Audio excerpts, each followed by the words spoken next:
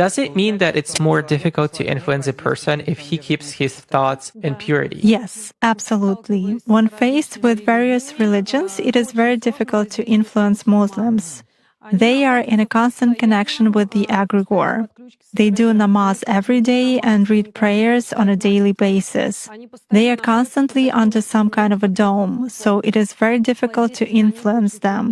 When you start impacting a person, he begins to address in a prayer. Indeed, many of them are very different from those who come to church only when everything is bad in their life. They come to pray and then for 5 years they forget about God, some canons, and so on.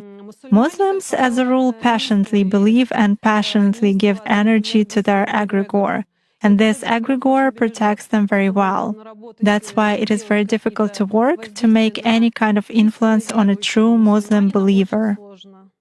Is this some kind of a good egregore? Well, for them, yes. This egregore is good for adepts who contribute good energy to it. How do you sense it? For instance, you have found an energy trace of such person. What's next? Do you try to drag him somehow to visualize this threat and you fail? Or how do you do that? It disappears. I cannot get a grip on it. I focus on it, but something immediately knocks me out of the flow, just like that. Or I visualize a person in front of me clearly and can affect him even at a mental level, but some image is not created in my mind at all. I even look at a photo, reproduce an image, but it vanishes from my mind.